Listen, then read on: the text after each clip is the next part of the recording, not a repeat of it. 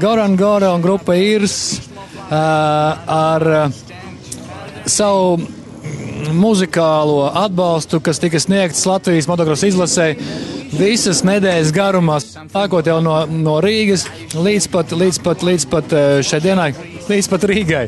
Jā. Sveiki, puiši, un stāstiet, kā jums patika brauciens un kā jums gal galā attiecības ar motokrosu. Jāni, sāksim ar tevi. Okay. Mans attiecības ar motokrosu bija tādas, kad es tikai ļoti, ļoti dziļā bērnībā biju bijis motokrosu. Un atklāt sakot, šis būšana šajā visā izlasē un šajā braucienā man nedaudz es pat pieķeros pie domas, ka varētu īstenībā kādreiz vēl aiziet motokrosu. Jo tas radīja kaut kāds ļoti labs sajūts par to, kad sports ir pa lielam tāds cilvēka spēju un kaut kādas stratēģijas un kaut tādu lietu kopums. Ja mūzikā viss notiek būtībā tajā robežā, kad ko tu spēj, to tu vari izdarīt, vai patīk, vai nepatīk, bet šeit viss nosaka rezultāts, laiks, spēks, sagatavotība, tehniskais un tā tālāk. Un tas radīja ļoti, ļoti labu tādu, kā lai saka, sajūtu par to, ka tu jūti to, kā cilvēki ir gatavojušies tam visam un kā viņi gatavojas to visu ciklu iziet cauri kopā ar viņiem šajās laikā. Un tas radīja tādu tiešām īstu līdzpārdzīvošanas sajūtu, ka tu jūti, ka tu vismaz redzi, nevis jūti, kā visi gatavojas un kā tas viss notiek un tā. Un līdz ar to es teiktu, ka man bija ļoti patīkama tāda atkal redzēšanos ar Latvijas sportu tik ļoti tuvā klātbūtnes notikumā, tiksim tā. Jā. Un kā tu pēdējais biji motokros?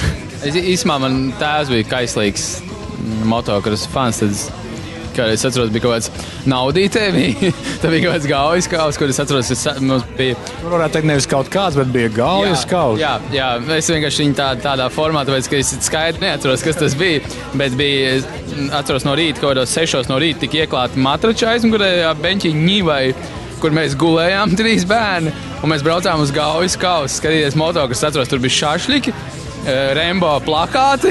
Jā, tas ir tas, kas man palicis atmiņā. Tagad bija atkal tāds, jau no pieaugušu cilvēku skatu punktu. Ļoti iekrāvām bungas, iekrāvām ģitāru. Stipri līdzīgi, jā, tika sapakots viss.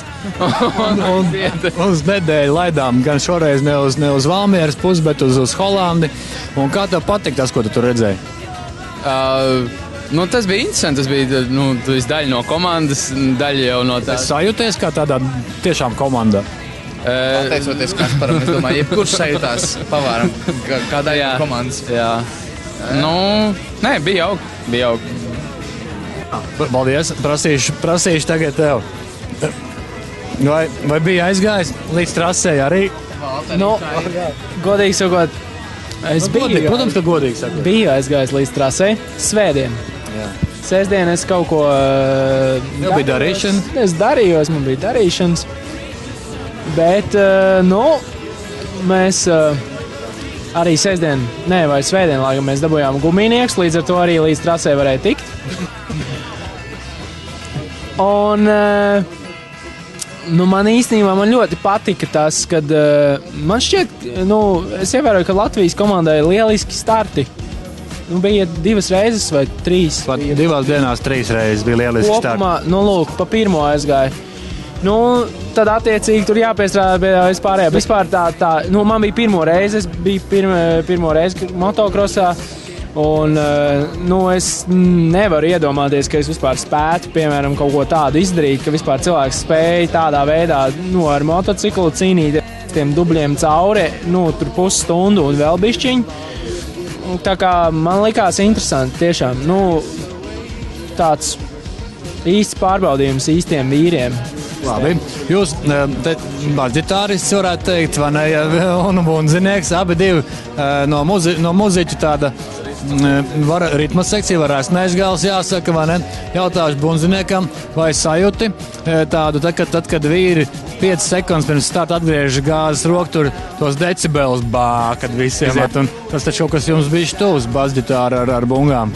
Mēs to saucām par mušu sīcoņu. Jo Siseņu bars. Siseņu bars bija tur varbūt tie maziņie, kas tur starp, bet tie lielie.